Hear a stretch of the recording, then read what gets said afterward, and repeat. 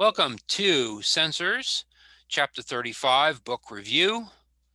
I've already given you kind of introduction to process control, kind of reintroduce this topic. We very kind of briefly talked about process control very early on in this book, and now we're bringing it up to kind of use as the final kind of topic for the semester and for this class.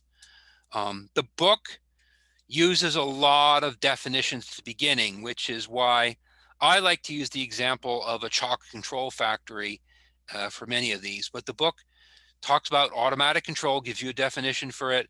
It uses the term process variable, very, very important, and uses the term control variable. These are very, very important terms. And as a reminder, process variable is the temperature that you are measuring and controlling to within a manufacturing process, like temperature for a chocolate, giant vat of chocolate that you're trying to warm up. Control variable is the thing that you can turn on and off or crack open slowly, like the steam valve that surrounds that chocolate and warms it up. So those are two very important terms and very important basically concepts. We also have some other concepts as well. One of them is there's something called a controller. If it's a human controlled process, you are the controller. But more often than not, the controller is an electronic device that receives data from the temperature sensor, in this case, basically the sensor that's hooked to the process variable, and then sends outputs to the controlled variable, the CV, and that in this case would be your control valve. That's the primary element is the thing that senses your process variable. And the final element is the thing that manipulates the control variable, like the valve. So there's a lot of kind of basic terms here on page 35.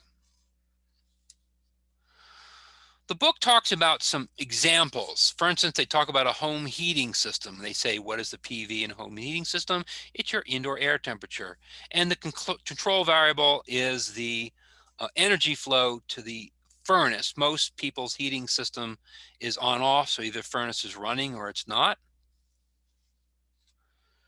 And the book talks about the concept of self-regulation, an automated process. The idea that some of these are self-regulated, built into the manufacturing process itself, which is interesting, but not that important. The book then talks about process dynamics. So we talked about your vat of chocolate, right? That vat of chocolate that you're warming up has some dynamics, things that make it less easy to control. Now, if you were just standing there cracking open this valve until it reached a certain temperature, you just eyeballed it, and after a while, if the chocolate was just sitting there, then that valve wouldn't have to be moved. There'd be a little bit of heat lost out of this chocolate through the air, and you would just have enough, you'd have the valve open just enough to kind of keep that chocolate from cooling down. So you'd be able to crack this down to, say, 20%, some kind of lower number, and it would keep that chocolate at a perfect temperature because the heat in is going to be equal to the heat coming off the top and coming out. But what happens if you had something called a load change? A load change is a change in the demand for heat in this system, or demand for your controlled variable. So let's say a load change might, what if I dropped in a whole pile of cold chocolate into this vat, and suddenly my chocolate dropped 20 degrees below its target temperature? That's an example of a load change. I have to change something in the process variable. Change something in the control variable to handle the change in the process variable. So if it were me standing there, I crack open the little steam valve a little bit more, warm up that chocolate a little bit more to handle the extra cold chocolate being added. And that's an example of a load change. And the quality of your control system is usually directly related to how well it can handle load changes. Load changes are how you test your system to see if it's working properly. For instance, if you were eyeballing this chocolate tank and then you got distracted by, say, I don't know, Facebook on your cell phone, and you walked away and someone chunked a whole bunch of new chocolate in that tank and it went down below temp and stayed there because you didn't walk back to your valve because you were distracted by, I don't know, Instagram or Facebook or something, then you'd be a bad controller. You'd be a bad controller. You'd get fired. However, if you're a good controller, you'd spot that temperature dropping and you'd start cracking open that control variable a little bit until it met the right temperature inside that chocolate, and then you crack it back down until it evened out. So that's an example of a good controller that can handle control. Now, I'm talking about it in terms of a human, but the truth is a good automated system will have the same sort of good or bad response.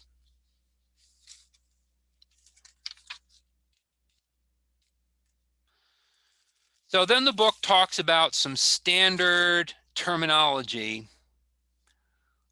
such as gain. Gain is the ratio of change in input to the change in, the change in output to the change in input.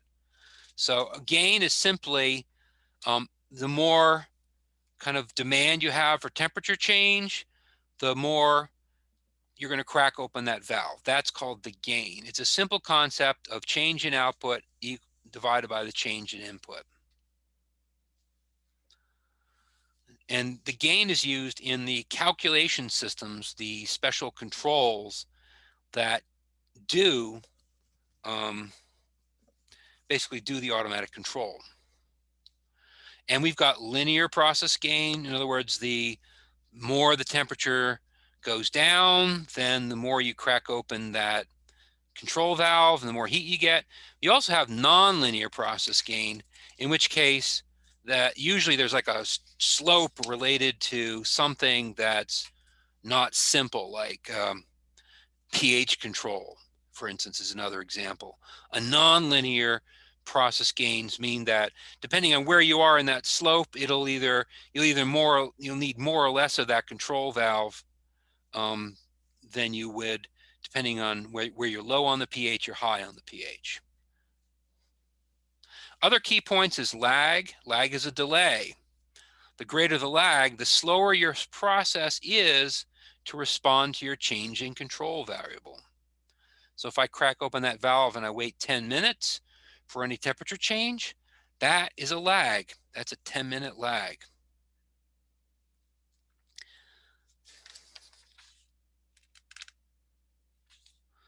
And the book dives into the math on the gain, which I'm not going to be that concerned about.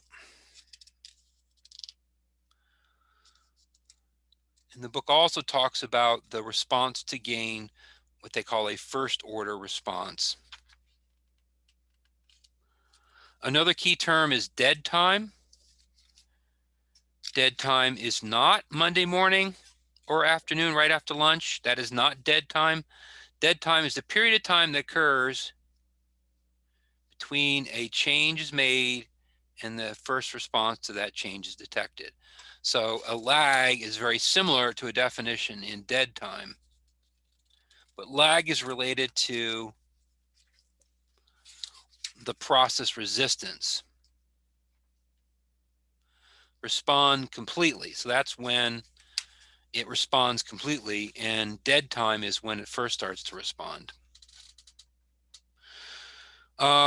Measurement signal conditioning. The idea is sometimes if you have a temperature sensor that bounces around a lot, goes up and down, you might want to have some sort of averaging on that signal. You may not look at it when it peaks high or low. You only may want to look at it when it hits the middle of its range of bouncing up and down. And there's different techniques to do that filtering and cleaning of that data. Control function. Now we're here, the third most important term. How do you control this? Well, you have to have something called a set point. SP is set point, and it is your target temperature in this chocolate tank. SP is your target temperature. It is your set point. Now, these all might sound familiar because we did use a lot of these same terms when we were programming the little temperature control device in Lab 1.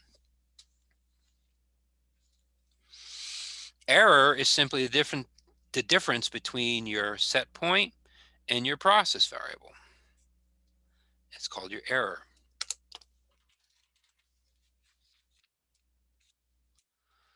So this is what's called a feedback control loop. So feedback is the ability to collect data from your process, in this case, your temperature sensor, and use that data to decide how to change your control variable. So that is feedback controller.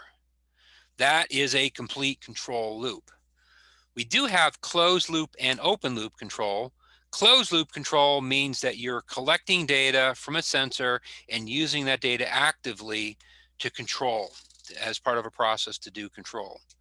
And so the control loop is a common term used in that environment. Control actions is just another term, very important. It can either be direct or reverse action. In this case, would be controlling the valve itself, and they go through the direct and reverse action definitions. That's all useful stuff. We also have automatic and manual control. We talked about that. Set point tracking.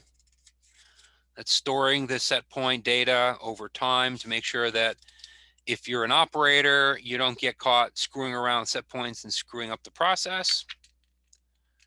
And alarming. Alarming is another key function for controllers. A lot of times you'll set up a high point alarm and a low point alarm so that if your process does get out of range, some sort of audible or control level alarm kind of occurs. A light flashing, alarms buzzing, something like that. So this chapter is mostly definitions, but I wanted to talk about the concept first.